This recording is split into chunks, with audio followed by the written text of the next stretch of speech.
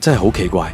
英偉達谷歌嘅業績報告好到爆，點知美股仲係一路跌，納指跌咗近500點，英偉達仲一晚之間蒸發咗超過1400億美元市值。大家手頭嘅股票仲好唔好啊？今日我哋就講清楚點解巨企業績咁靚反而變成市場嘅催命符。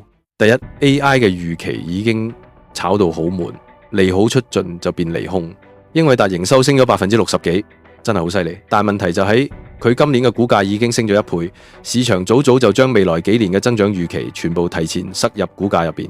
業績報告咧，只要唔係好到離譜咧，都會引致投資者套離離場嘅。再加埋咧，大部分中小型 AI 項目咧，仲處於燒錢摸索階段啦。英偉達一跌 ，AMD、美光呢啲細佬自然跟住跌，令市場雪上加霜。第二，市場真係開始驚流動性不足啦。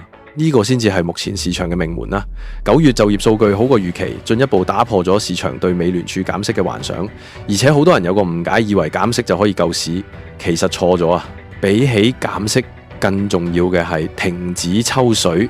美聯儲而家進行緊嘅縮表，每個月都喺從市場抽走接近1000億美元嘅流動性。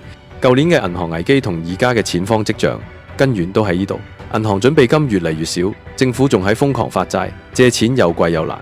科技公司搞 AI， 企業擴充產能都需要錢啊！而家錢唔夠，業績再靚都撐唔住市場信心。第三呢，就係市場結構失衡，抱團股鬆動，引發恐慌性拋售。之前美股淨係靠英偉達呢啲7大巨企撐住，呢種極度集中嘅結構好脆弱。而家隨住橋水呢啲機構減持，英偉達嘅消息傳出，抱團局面一鬆動，拋售潮就一觸即發。再加埋錢荒，令大家對高估值嘅增長股心驚驚，資金紛紛逃去價值股同國債。業績再好，冇人買，冇錢撐都冇用。咁問題嚟啦，之後市場會點走啊？短期嚟睇，市場已經從睇業績模式轉換到睇美聯儲免息模式。每一個通脹同就業數據都會引發大波動，因為市場靠呢啲數據估計政策嘅下一步。關鍵轉折點可能唔係幾時減息，而係幾時停止抽水。喺呢之前，反彈好難持久。你覺得美股今次仲會跌幾耐？歡迎留言一齊討論。